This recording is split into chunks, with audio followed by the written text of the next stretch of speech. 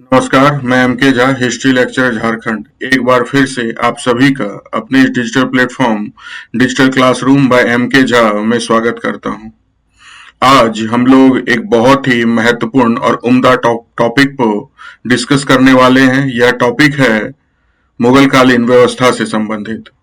क्या आपने कभी सोचा है या समझने का प्रयास किया है कि आखिर किस प्रकार मुगलों ने अपनी प्रशासनिक व्यवस्था को मजबूती प्रदान किया? आज हम लोग उसी महत्वपूर्ण पहलू को जानेंगे, समझने का प्रयास करेंगे। आखिर वह कौन सी व्यवस्था थी जिसने मुगलकालीन प्रशासन और सेना दोनों को आपस में जोड़े रखा? आज हम लोग बात करने वाले हैं मनसबदारी व्यवस्था के बारे में। मनसबदारी व्यवस्था एक ऐसी व्यवस्था थी जिसने, आप ऐसा कह सकते हो, मुगलकालीन प्रशासन को एक नया स्वरूप प्रदान किया। मनसबदारी व्यवस्था मुगल साम्राज्य की एक प्रशासनिक और सैन्य प्रणाली थी, जिसके अंतर्गत अधिकारियों अर्थात मनसबदारों को मनसब नामक पद या रैंक प्रदान किया जाता था। यह रैंक दो भागों में विभाजित होता था, जिसे हम जात अर्थात पद और दूसरा सवार यानी कि सैन्य जिम्मेदारी होती थी। आज हम लोग इसी महत्वपूर्ण व्यवस्था को समझने वाले हैं, इसी महत्वपूर्ण व्यवस्था को जानने वाले हैं। आइए हम लोग अब सीधा स्क्रीन पर आते हैं और कुछ महत्वपूर्ण बातें आप लोगों के साथ शेयर करते हैं। मनसबदारी व्यवस्था, जैसा आप स्क्रीन पे देख पा रहे होंगे, मनसबदारी व्यवस्था मुगल प्रशासन की रीढ़ अर्थात पूरा का पूरा जो मुगल प्रशासन था वो इसी मनसबदारी व्यवस्था पर टिका हुआ था। आज हम लोग इसी के महत्वपूर्ण पहलुओं को जानने और समझने का प्रयास करेंगे। सबसे पहले हम लोग जानने का प्रयास करेंगे मनसबदारी व्यवस्था की परिभाषा क्या थी, यानी किसे हम मनसबदारी व्यवस्था कहेंगे। What is the definition of मनसबदारी system? तो जैसा कि आप स्क्रीन पे देख पा रहे होंगे, मनसबदारी व्यवस्था मुगल साम्राज्य की एक प्रशासनिक और सैन्य प्रणाली थी, जिसके अंतर्गत अधिकारियों अर्थात अधिकारियों को मनसबदार कहा जाता था। मुगल प्रशासन में अधिकारियों के लिए जो शब्द इस्तेमाल किया गया था, दैट इज मनसबदार, को मनसब नामक एक पद या फिर रैंक प्रदान किया जाता था। यह रैंक दो भाग अर्थात जात यानी व्यक्तिगत वेतन और प्रतिष्ठा इससे निर्धारित होती थी, और दूसरा सवार अर्थात सैन्य जिम्मेदारी भी उन्हें दी जाती थी, में विभाजित होती थी, जो उस अधिकारी की स्थिति, वेतन, घुड़सवार, सैनिकों की संख्या को निर्धारित करता था। इससे हमें क्या पता चल रहा है? इससे हमें ये पता चल रहा है कि उस समय की जो प्रशासनिक व्यवस्था थी उसमें एक और किसी भी जो भी मनसबदारी का पद पाता था या मनसबदार का जो भी व्यक्ति उस वक्त पद पाता था, उसे दो महत्वपूर्ण जिम्मेदारियां निभानी होती थी। एक और उसे प्रशासनिक व्यवस्था भी संभालनी होती थी जिस इलाके का वो मनसबदार होता था, और दूसरा उसे सैन्य जिम्मेदारी भी साथ ही साथ निभानी पड़ती थी। और यही वह महत्वपूर्ण व्यवस्था थी जिसने मुगल प्रशासन को और मुगल सैन्य व्यवस्था को आपस में बांधे रखा।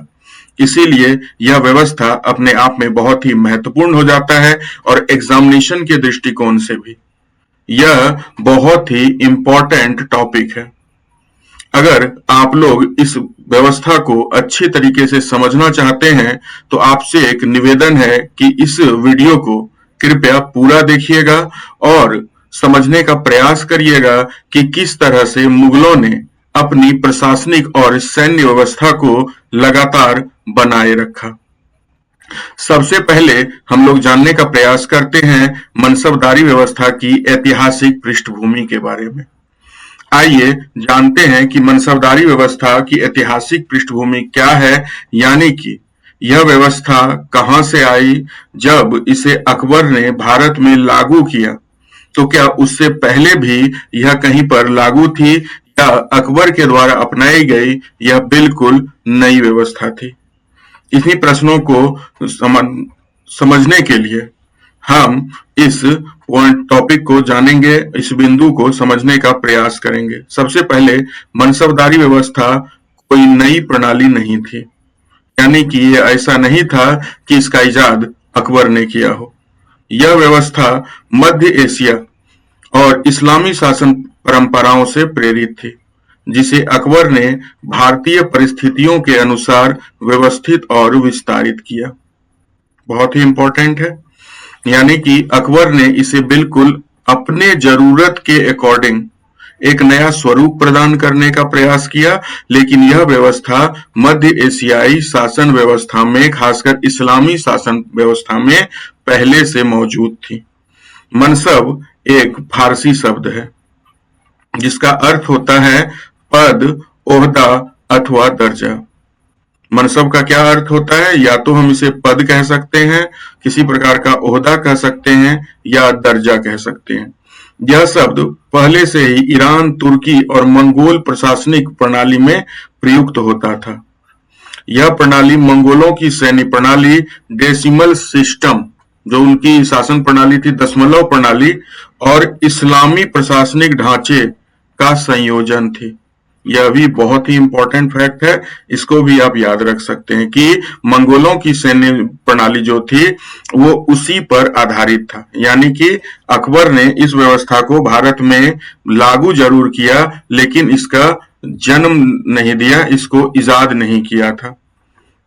मनसबदारी व्यवस्था का स्वरूप किस प्रकार का था, यह भी जानना हम लोगों के लिए जरूरी है। The structure of the मनसबदारी system. तो समझते हैं कि मनसबदारी व्यवस्था मुगल काल की एक संगठित प्रशासनिक और सैन्य प्रणाली थी, जिसका उद्देश्य था योग्य व्यक्तियों को पद प्रदान करना और उनके जरिए साम्राज्य की शासन व्यवस्था और सेना को प्रभावशाली बनाना। इस प्रणाली का स्वरूप बहुत ही व्यवस्थित, श्रेणीबद्ध और नियंत्रित था। इसकी शुरुआत भारत में अकबर के द्वारा की गई थी। तो मनसबदारी व्यवस्था का जो मूल मकसद था कि भारत में जो मुगल प्रशासन था उसे सुचारू रूप से चलाया जा सके।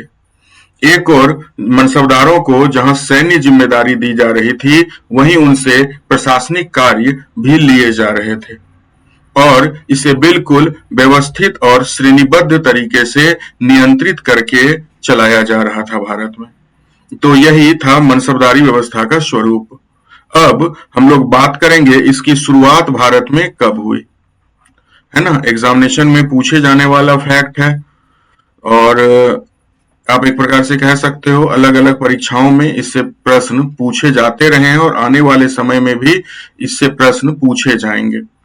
तो अधिकतर प्रमाणिक इतिहासकार जैसे कि सतीश चंद्र या आरसी मजूमदार, है ना, इनका नाम हम ले रहे हैं, और भी बहुत सारे इतिहासकार हैं जो मानते हैं कि इसकी विकास की प्रक्रिया 1571 से 75 के बीच हुई। यानी 1571 से लेकर 75 के बीच इसकी विकास की प्रक्रिया थी और औपचारिक रूप से इसे 1575 ईस्वी में भारत में लागू किया गया। तो यहाँ पर आपसे पूछा जा सकता है एग्जामिनेशन में कि भारत में मनसबदारी व्यवस्था की शुरुआत कब हुई या अकबर ने मनसबदारी व्यवस्था को औपचारिक रूप से कब लागू किया। तो याद रखना है इसे 1575 ईस्वी में लागू किया गया था। अब हम लोग बात करते हैं इसके मुख्य घटक के बारे में। मनसब के स्वरूप को समझने का भी हम लोग प्रयास करेंगे। तो याद रखना है आप लोगों को कि मनसबदारी जो व्यवस्था थी वह 3 आधारों पर मुख्य रूप से कार्य करती थी। सबसे पहला इसका था जात, जो कि एक रैंक होता था। दूसरा होता था शवार, और यह भी उसी में अटैच रैंक होता था। और तीसरा दाग और चेहरा प्रणाली था। बेसिकली जात का अर्थ था कि किसी भी मनसबदार के पास कुल कितने सैनिक होंगे। यहाँ पे बात हो रही है पैदल सेना की, है ना। उनका रैंक किस प्रकार का होगा वह उसके जात पर ही निर्भर करता था, और जो सवार होते थे वह उस मनसबदार के पास रहने वाले घुड़सवारों की संख्या को दर्शाती थी। और दाग और चेहरा प्रणाली एक प्रकार से कह सकते हो कि मनसबदार किसी भी प्रकार का घोटाला या भ्रष्टाचार नहीं कर सके, है ना। तो जात और सवार उनकी संख्या बिल्कुल सही रख पाए, इसके लिए दाग और चेहरा प्रणाली को अपनाया गया था। सबसे पहले हम लोग जात को समझने का प्रयास करते हैं। जात रैंक क्या था? What is the meaning of जात? यह मनसबदार की व्यक्तिगत रैंक, प्रतिष्ठा या वेतन को दर्शाती थी। किसी को कितने का जात दिया गया है, यह बहुत ही महत्वपूर्ण है। आप अगर जात की बात करें तो ये 10 से लेकर के, है ना, बहुत इंपॉर्टेंट है, 10 से लेकर के 5000, है ना। सामान्यतः जो जात प्रदान किए जाते थे या मनसब प्रदान किए जाते थे वो 10 से लेकर के 5000 तक प्रदान किए जाते थे। जात जितनी अधिक मनसबदार उतना ही महत्वपूर्ण और शक्तिशाली होता था, है ना। आपके पास सवारों की संख्या कितनी है यह बिल्कुल भी महत्वपूर्ण नहीं होता था। आप किस रैंक के जात हैं, यानी आपके पास जात की संख्या कितनी है, जात से तात्पर्य हमारा पैदल सैनिक से है ना। वैसे सैनिक जो पैदल मार्च करते थे उनकी संख्या ही जात कहलाती थी। तो किसी मनसबदार के पास पैदल सैनिकों की संख्या कितनी होगी वही उसका जात होता था। जात रैंक के अनुसार ही मनसबदार को दरबार में सम्मान और अधिकार प्राप्त होते थे। उदाहरण के लिए एक 5000 जात वाला मनसबदार 1000 जात वाले मनसबदार से उच्च अधिकारी माना जाता था। तो जात एक प्रकार से आपका सामाजिक प्रतिष्ठा का भी प्रतीक था। मुगल दरबार में किस मनसबदार को किस हैसियत की प्रतिष्ठा मिलेगी, कौन सा हैसियत प्राप्त होगा, यह उसके जात के नंबर पर डिपेंड करता था। अब हम लोग बात कर लेते हैं सवार के बारे में। तो सवार क्या था? यह रैंक यह निर्धारित करता था कि मनसबदार को कितने घुड़सवार सैनिक रखने होंगे, है ना। जैसा कि मैं शुरुआत से ही कहा कि सवार का तात्पर्य होता था कि उस पर्टिकुलर मनसबदार के पास कितने घुड़सवार हॉर्स राइडर रहेंगे। सवार की संख्या उनकी सैन्य जिम्मेदारी और युद्धकालीन योगदान का निर्धारण होता था। यह संभव था कि दो मनसबदारों की जात रैंक समान हो। यह समझने वाली बात है कि दो मनसबदारों के बीच हो सकता है कि जात का रैंक समान हो, लेकिन सवार का रैंक अलग अलग हो सकता था।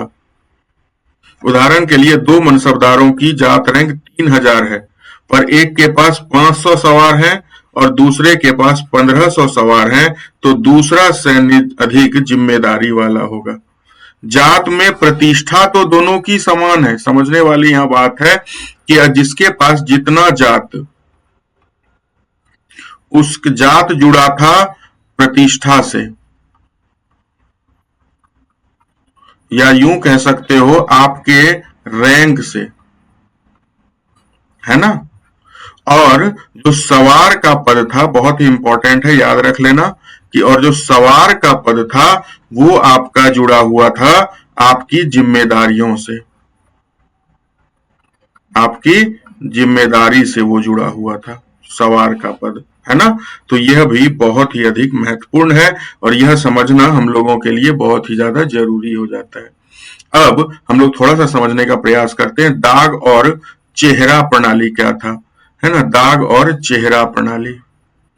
तो दाग क्या था? सिंपल आपको समझना है कि घोड़ों पर एक चिन्ह या निशान लगाया जाता था जिससे यह पता चले कि घोड़ा सरकारी है, अर्थात सरकारी मनसबदार का है, सम्राट अकबर के अधीन है या जो भी बाद में मुगल बादशाह हुए उसके अधीन है। चेहरा का तात्पर्य था सैनिकों की पहचान के लिए चेहरे की प्रविष्टि रजिस्टर में दर्ज की जाती थी। उसका हुलिया किस प्रकार का है ना। कोई व्यक्ति हो सकता है अत्यधिक गोरा हो, कोई काला हो, चेहरा में किसी प्रकार का तिल या कटा हुआ का निशान हो, घुंघरेले बाल हो, सीधा बाल हो, है ना, आंखें बड़ी बड़ी, या अलग अलग तरीके से उनके चेहरे को, उस समय तो फोटो प्रणाली थी नहीं कि पासपोर्ट साइज फोटो लगा दीजिएगा रजिस्टर में, वो तो पॉसिबल नहीं था। तो क्या किया जाता था कि हर व्यक्ति का एक आइडेंटिफिकेशन फेस रजिस्टर में रख दिया जाता था और इसी के माध्यम से उनकी पहचान की जाती थी। और इसका उद्देश्य था फर्जी सैनिकों और भ्रष्टाचार को रोकना, है ना। तो यह भी बहुत ही ज्यादा महत्वपूर्ण है। अब हम लोग कुछ अन्य बिंदु को समझने का प्रयास करते हैं। तो सबसे पहले मनसबदारों का विभाजन किस प्रकार से हुआ था, याद रखना है कि जो मनसबदार होते थे उनका विभाजन 10 से लेकर 5000 जात तक की रैंक सामान्य रूप से मिलती थी। जो सामान्य रैंक थी मनसबदारों की, रेयर केस में कुछ औरंगजेब के समय में 10,000 तक के जात हमें दिखाई देते हैं, लेकिन जो मनसबदारों की सामान्य रैंक होती थी वो 10 मनसबदार से लेकर, यानी 10 जात वाले मनसबदार से लेकर 5,000 जात वाले मनसबदार तक की होती थी, है ना। औरंगजेब के समय 10,000 जात तक यह पहुंच गया था। स्थानांतरण की बात कर लेते हैं। तो मनसबदारों को बिल्कुल आज के जो आईएएस अधिकारी या आईपीएस ऑफिसर होते हैं, एक प्रकार से आप समझ सकते हो कि मुगल काल में ये जो आईएएस अधिकारी हैं आज वर्तमान हमारे, और जो आईपीएस अधिकारी हैं, और साथ में आप जोड़ सकते हो जो सेना के अधिकारी हैं, है ना, जो आर्मी ऑफिसर हैं।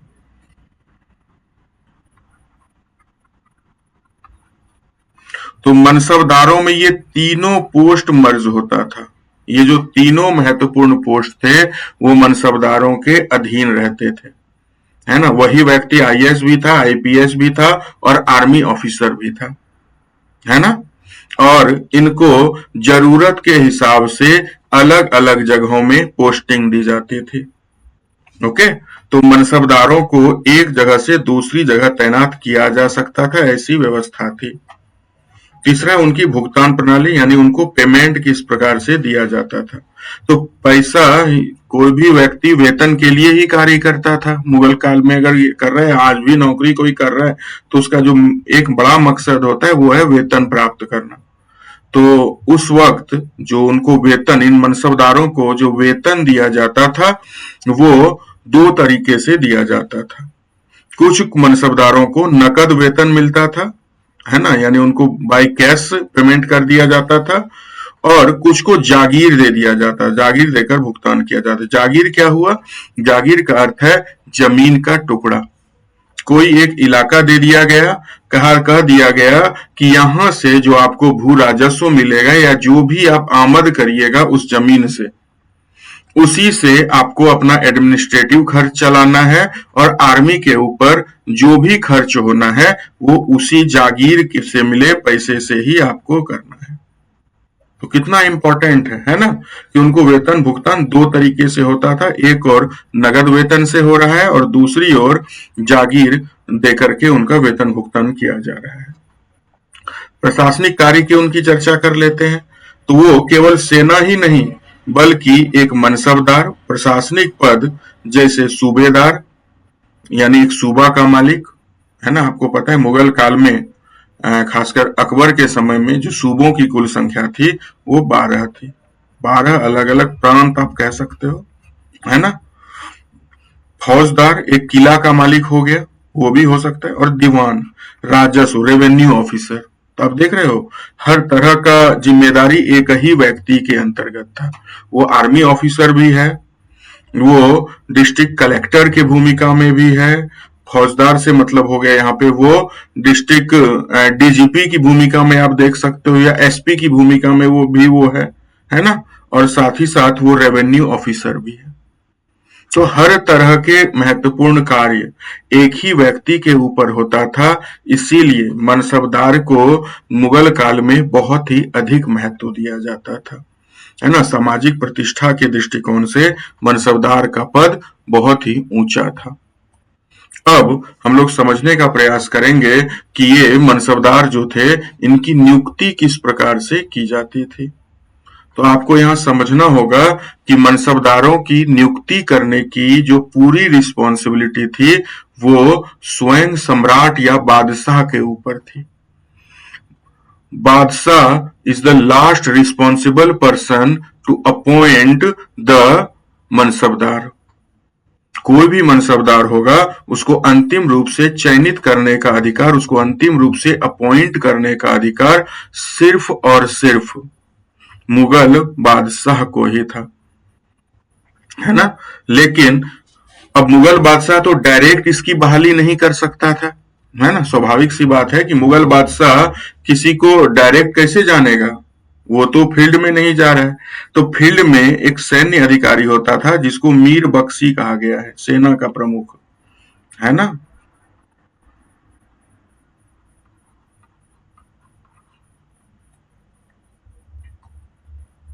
मीर बख्शी। और ये जो मीर बख्शी होता था, याद रखना है, यही किसी व्यक्ति को, जो योग्य उम्मीदवार होते थे, जैसा कि मैंने शुरुआत में ही बताया कि बहुत ही जो योग्य लोग होते थे उन्हें ही मनसबदार का पद दिया जाता था। तो मीर बख्शी उनका अलग अलग जगहों से चयन करते थे और उनको उसके बाद सम्राट के सामने प्रस्तुत कराया जाता था और उसके बाद सम्राट उसे अपनी सहमति के माध्यम से उन्हें नियुक्ति दे दी जाती थी। नियुक्ति भी किसके से, तो जो दीवान था राज्य का, है ना, उसके मुहर लगने के बाद ही उसका अपॉइंटमेंट पूरा माना जाता था। क्या कह रहे हैं, मनसबदारी व्यवस्था में किसी व्यक्ति को मनसब पद प्रदान करने की प्रक्रिया बहुत ही विचार पूर्वक, केंद्रीकृत और व्यवस्थित थी। यह प्रक्रिया सम्राट के नियंत्रण में होती थी और विभिन्न चरणों में पूरा होती थी। देखिए अगला इमेज में, यहाँ पे इस इमेज में आप देखिए कि जो मीर बख्शी हैं वो अलग अलग जो भी इसके उम्मीदवार हैं, है ना, कोई 3000 जात का उम्मीदवार है, कोई 1500 जात का उम्मीदवार है, कोई 1000 जात का उम्मीदवार है। तो इनको इंट्रोड्यूस करा रहा है कौन, उस समय का मीर बख्शी, है ना। उस समय का जो मीर बख्शी है वो सम्राट के सामने इसको इंट्रोड्यूस करा रहा है कि देखिए महाराज, देखिए बादशाह सलामत, ये कैंडिडेट हम चुन करके लाए हैं, अब आपकी अगर सहमति है तो आप इसे मनसबदार के रूप में अपॉइंट कर सकते हैं। तो ये रिस्पॉन्सिबिलिटी मीर बख्शी की हो जाती थी, है ना। पीछे बढ़ते हैं। अब देखिए क्या कह रहे हैं, योग्यता और निष्ठा का मूल्यांकन कैसे होता था। तो मनसब स्वीकृति से पहले व्यक्ति की योग्यता, निष्ठा, सेवा अनुभव और राजनीतिक सामाजिक पृष्ठभूमि की जांच की जाती थी। राजपूत, पठान, ईरान, तुर्क और अन्य समुदायों के योग्य व्यक्ति इसमें चुने जाते थे। सम्राट की स्वीकृति इसमें अनिवार्य थी। मैंने पहले भी बताया, अभी भी बता रहा हूं कि मनसब का निर्धारण केवल और केवल सम्राट, बादशाह के द्वारा ही किया जाता था, है ना, कि कौन किस कैटेगरी का मनसबदार होगा, है ना। किसी मनसबदार को कैसा मनसब मिलेगा, 1000 का मनसब मिलेगा, 500 का मिलेगा, 50 का मिलेगा, 2000, 5000, इसका निर्धारण सिर्फ और सिर्फ कौन करता था, सम्राट उसकी योग्यता को देख करके ही करता था। योग्य प्रत्याशियों को मीर बख्शी के द्वारा सम्राट के समक्ष उपस्थित कराया जाता था। किसी को भी मनसब प्रदान करने या पदोन्नति का अंतिम अधिकार सम्राट के पास होता था, यानी जो बादशाह थे बादशाह के पास होता था, और वजीर की मुहर लगने के बाद ही मनसब प्रदान करने का आदेश जारी किया जाता था। तो देख रहे हैं आप कि मनसबदार की नियुक्ति में कितने लेयर में काम हो रहा है। इसमें मीर बख्शी के द्वारा अलग अलग जगहों से उच्च जो योग्य व्यक्ति हैं उनको मनसबदार बनाने के लिए चयनित किया जाता था, फिर उन्हें सम्राट या बादशाह के पास प्रस्तुत कराया जाता था और फिर बादशाह अपने विवेक के आधार पर उनको अलग अलग लेवल का मनसब प्रदान करते थे। फिर वजीर उसे ऑफिशियली कागज जारी कर देता था कि आप अपॉइंटेड हो गए एक मनसबदार के रूप में, है ना। तो ये पूरी प्रक्रिया थी जिसे मैंने इमेज में यहाँ पे बतलाने का, दिखलाने का आप लोगों के सामने प्रयास किया है। अब यहाँ पे समझते हैं जात और सवार रैंक का निर्धारण कैसे किया जाता था। तो सम्राट अधिकारी की योग्यता के अनुसार जो भी योग्य व्यक्ति सम्राट के पास आए हैं उनकी योग्यता के आधार पर जात और सवार रैंक का निर्धारित करता था। कौन करता था, जो सम्राट होते थे, जो बादशाह होते थे। जात क्या था, वेतन और प्रतिष्ठा से संबंधित था, और सवार क्या था, सैन्य जिम्मेदारियों से संबंधित था। दोनों अपने आप में महत्वपूर्ण है। जात और सवार के बिना शायद मनसबदारी व्यवस्था पूरा ना हो। तो जात उसकी वेतन और प्रतिष्ठा को दर्शाता था, तो सवार उसकी सैन्य जिम्मेदारियों को दर्शाता था। अब वेतन और जागीर का निर्धारण हम लोग समझ लेते हैं। तो जात रैंक के अनुसार मनसबदार को या तो नकद वेतन कैश सैलरी दिया जाता था या जागीर प्रदान की जाती थी, जिससे वह राजस्व एकत्र कर वेतन और सेना का खर्चा उठा सके।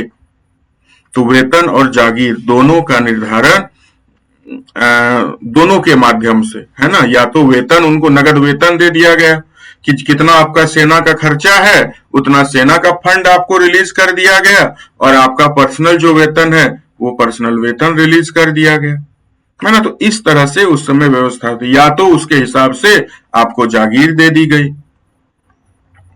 अब पुनरीक्षण और पदोन्नति हटाना, ये सब सम्राट के ही अधीन था, है ना। सम्राट पर ही निर्भर करता था कि उसका क्या होगा। तो मनसबदारों की कार्यकुशलता, निष्ठा और सेवाओं की समय समय समीक्षा होती थी। आवश्यकता अनुसार उनका पदोन्नयन, प्रमोशन या पदावनति यानी डिमोशन भी किया जा सकता था। तो ये राइट भी किसके पास था? उस समय के बादशाह के ऊपर था, है ना। बादशाह जिसको सम्राट मनसबदार रखना चाहे रख सकते थे, हटाना चाहे हटा सकते थे, उनको प्रमोट कर सकते थे, यानी 3,000 का अगर वो मनसबदार है उनको 5,000 का मनसबदार बना सकता है। कोई गलत काम कर लिया, कहीं पे हमला हो गया, उसको झेल नहीं पाया, है ना, तो हो सकता है उसको 5,000 के मनसबदार से 1,000 के मनसबदार में ले आए। ये सभी अधिकार सिर्फ और सिर्फ बादशाह के पास था, है ना। तो इस तरह से हम लोग ये देख पा रहे हैं, समझ पा रहे हैं कि कैसे अकबर ने एक ऐसी व्यवस्था की शुरुआत कर दी जिसने मुगल प्रशासन को, मुगल साम्राज्य को काफी मजबूती प्रदान किया, और आप कह सकते हो कि उनको शक्तिशाली, अगर मुगल प्रशासन भारत में शक्तिशाली हो पाया, है ना, तो कहीं ना कहीं इसमें इसी मनसबदारी व्यवस्था का योगदान था, और इसीलिए यह मनसबदारी व्यवस्था अपने आप में महत्वपूर्ण हो जाता है। अब हम लोग बात करते हैं कि अबुल फजल ने इस मनसबदारी व्यवस्था के बारे में कुछ चर्चा किया हुआ है। तो क्या चर्चा किया है, इसको समझने का प्रयास करते हैं। अबुल फजल ने अकबर के समय की, चूंकि आपको पता है अबुल फजल ने अकबर का पूरा राजनीतिक करियर जो रहा, या आप यूं कह सकते हो मुगलों का अकबर के काल तक पूरा का पूरा इतिहास लिखने का प्रयास किया है। समकालीन दृष्टिकोण से, या फिर आप कह सकते हो सरकारी दृष्टिकोण से, अबुल फजल ने अकबर और उसके जो पूर्व मुगल बादशाह हैं उनके बारे में अच्छी खासी जानकारी दे रखी है। तो उन्होंने मनसबदारी प्रणाली का भी बड़े ही बेबाकी के साथ वर्णन किया है, बड़े विस्तार से उन्होंने बतलाया है। उन्होंने बताया है कि मनसबदारों को जात और सवार की दोहरी रैंक दी जाती थी। अबुल फजल ने आईन अकबरी में मनसबदारों की 36 श्रेणियों का उल्लेख किया। बहुत इंपॉर्टेंट फैक्ट है ना, कि अबुल फजल ने अपने आईन अकबरी नामक पुस्तक में मनसबदारों की अलग अलग 36 कैटेगरी का उल्लेख किया है। तो इसको भी आप ध्यान में रख सकते हो, इसको भी आप याद रख सकते हो। अकबर के समय मनसब 10 से लेकर 10,000 जात तक दिए जाते थे, लेकिन अधिकांश 7,000 तक ही सीमित थे। शुरुआत में तो ये केवल 5,000 तक था, है ना, लेकिन जो आपका अबुल फजल कह रहा है वो 10,000 तक कह रहा है ना। तो ये भी आप ध्यान में रख सकते हो। तो अलग अलग जरूरत के अनुसार, अगर कोई राजकुल का है, अगर कोई उस राजवंश का है तो उसको बड़ा मनसब दिया गया, या कोई राज्य का बहुत दुलारा है, राज्य का बहुत प्रिय है, जैसे कि जोधाबाई की का जो भाई था भगवंत सिंह, है ना, उसको बहुत ही अच्छा मनसब लगभग 5,000 फिर बाद में 7,000 का मनसब दिया गया था, है ना। तो इसी तरह से जो भी जरूरत के हिसाब से अकबर उसको या जो भी मुगल बादशाह थे वो अपने दरबार में उसकी हैसियत के हिसाब से उनको मनसब मनसब प्रदान करते थे, या कह सकते हो उनकी योग्यता के आधार पर उनको मनसब दिया जाता था। अब यहाँ पे थोड़ा सा हम आगे बढ़ने का प्रयास करेंगे और आएंगे जहांगीर के शासनकाल में। चूंकि एग्जामिनेशन में पूछा गया है इसीलिए मैंने यहाँ पे मेंशन कर दिया है। जहांगीर के शासनकाल में क्या हुआ, जब जहांगीर सत्ता में आया तो उसने मनसबदारी व्यवस्था को और अधिक कुशल बनाने के लिए और अधिक मजबूत बनाने के लिए एक अलग व्यवस्था लेकर के आए। उन्होंने जो मनसबदारी व्यवस्था थी उसमें कुछ सुधार किए, है ना, और उन्होंने एक नया सिस्टम लाया, वो था 2 अस्पा सी अस्पा प्रणाली का। तो एक सिंपल सवाल एग्जामिनेशन में पूछ लिया जाता है कि 2 अस्पा सी अस्पा जो प्रणाली थी मनसबदारी व्यवस्था की, यह किसके द्वारा शुरू किया गया था। तो याद रखना है कि यह सम्राट जहांगीर के द्वारा शुरू किया गया था। इसकी शुरुआत जहांगीर के द्वारा की गई। अस्पा का अर्थ होता है, अस्पा एक फारसी शब्द है जिसका अर्थ होता है घोड़ा। 2 अस्पा यहाँ पे है, इसका मतलब है 2 घोड़ा, और सी अस्पा मतलब 3 घोड़ा। यह प्रणाली मनसबदारों द्वारा रखे जाने वाले घोड़ों की संख्या से संबंधित थी, जो उनके सैन्य दायित्व और प्रतिष्ठा को दर्शाती थी, है ना। अगर मान लिया जाए किसी को, या सिंपल आप समझिए, बहुत बेहतर तरीके से आप समझ पाइएगा, है ना। जैसे मान लिया जाए किसी को 2000 का जात दिया, ये तो उसका रैंक हो गया। 2000 का जो जात है वो उस व्यक्ति का सिंपल रैंक है ना। और उसको 500 का सवार दिया था, है ना, 500 सवार का अधिकार दिया था, यानी वो अपने साथ 500 सेना 500 घुड़सवार रख सकता था। तो अगर उसको 2 अस्पा दे दिया तो उसका क्या हो गया, घुड़सवारों की संख्या हो गया सीधा 2 गुना, यानी बिना जात की संख्या बढ़ाए अब घुड़सवारों की संख्या वो बढ़ा सकता है ना। पहले क्या होता था कि जात बढ़ेगा तो उसी हिसाब से उसका घुड़सवार बढ़ेगा। अब क्या हुआ, 2 अस्पा कर दिया तो सीधा 2 घोड़ा रखने लगा, 2 घुड़सवार रखना शुरू कर दिया, यानी अब वो 1000 रखेगा घुड़सवार, और 3 अस्पा दे दिया तो वो 1500 घुड़सवार रख पाएगा।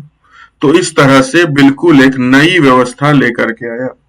अब यहाँ एग्जामिनेशन के पॉइंट ऑफ व्यू से मैंने एक बहुत ही महत्वपूर्ण फैक्ट यहाँ पे रखा है कि 2 अस्पा सिंह अस्पा का प्रथम ओहदा जहांगीर ने अपने शासनकाल के आरंभ में खाने जहां लोदी को दिया था। ये पूछा जाने वाला सवाल है, अलग अलग एग्जामिनेशन में बहुत बार पूछा गया है कि 2 अस्पा सिंह अस्पा का जो ओहदा था सबसे पहले जहांगीर ने किसे दिया था, तो खाने जहां लोदी को प्रदान किया था, है ना।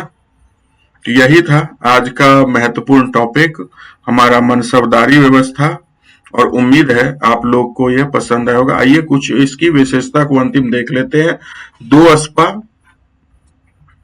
है ना, यानी कि 2 हॉर्सेज, यानी हर एक सवार सैनिक के लिए मनसबदार को 2 घोड़े रखने होते थे।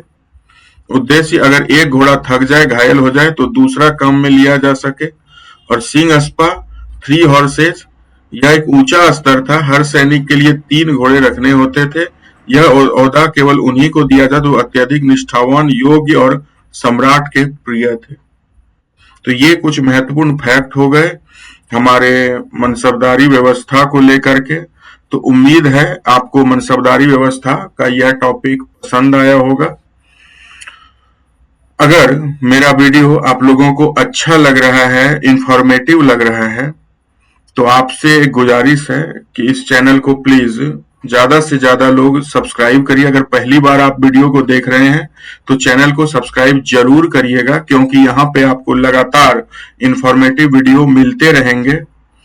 और अगर आपने सब्सक्राइब ऑलरेडी कर रखा है तो वीडियो को जरूर लाइक करिएगा, है ना। मैं इसी तरह से इंपॉर्टेंट वीडियो लेकर के आप लोगों के बीच आता रहूंगा। तो आज के लिए इतना ही। मिलते हैं आप लोगों से अगले वीडियो में। तब तक के लिए नमस्कार। Have a nice day. आपका दिन शुभ हो।